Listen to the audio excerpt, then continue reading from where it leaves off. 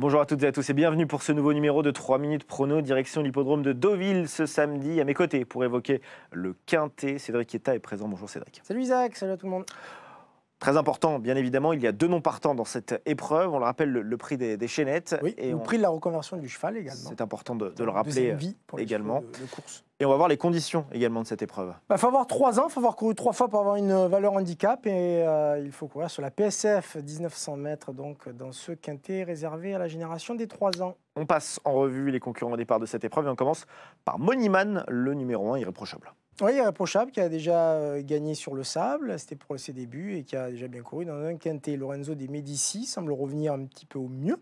Twilight vient d'être acheté, et le Duc, ils ont un point commun tous les deux, c'est 2 anciens protégés de Jean-Claude Rouget. Le numéro 5, c'est Gémio, qui s'est bien comporté sur l'hippodrome de Compiègne. Compiègne, c'est également le théâtre de la dernière course de Bivan, qui avait fait quand même un peu fort. Il s'est quand même montré courageux. Le numéro 8, Amboise, vient de s'imposer et a des lignes très, très intéressantes.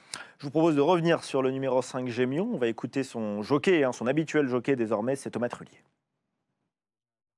Il a déjà performé sur les 1900 mètres de Deauville, donc le tracé ne va pas le déranger, j'y compte pour cette course.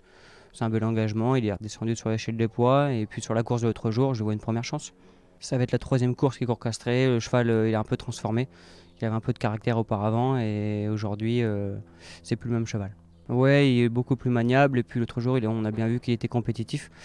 Donc on part avec une chance. On le sent quand même confiant, Thomas Trullier. Avant le coup, on poursuit avec Vino Bello. Ouais.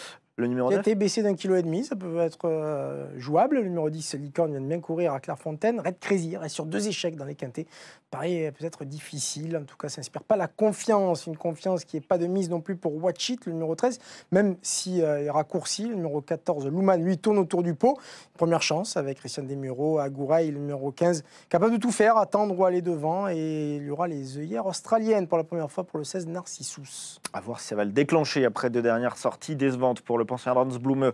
On va regarder ensemble votre ticket, Cédric. Vous avez choisi un combiné. Oui, assez offensif avec le numéro 8 qui est Amboise, qui m'a beaucoup plu lors de ses dernières sorties. Le 5 Gémio qui est proche d'un quintet, ça se passe bien. Le numéro 10 Licorne, c'est plaisant également à Clairefontaine. Bivan, cheval courageux. Louman tourne autour du pot.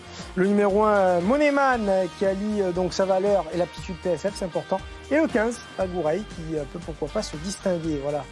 10,50 €, merci Cédric. C'est désormais à vous de jouer. On rappelle pour une analyse détaillée, n'hésitez pas à aller sur equidia.fr. Le départ ce samedi à 15h15. Très bon jeu à tous, à très bientôt.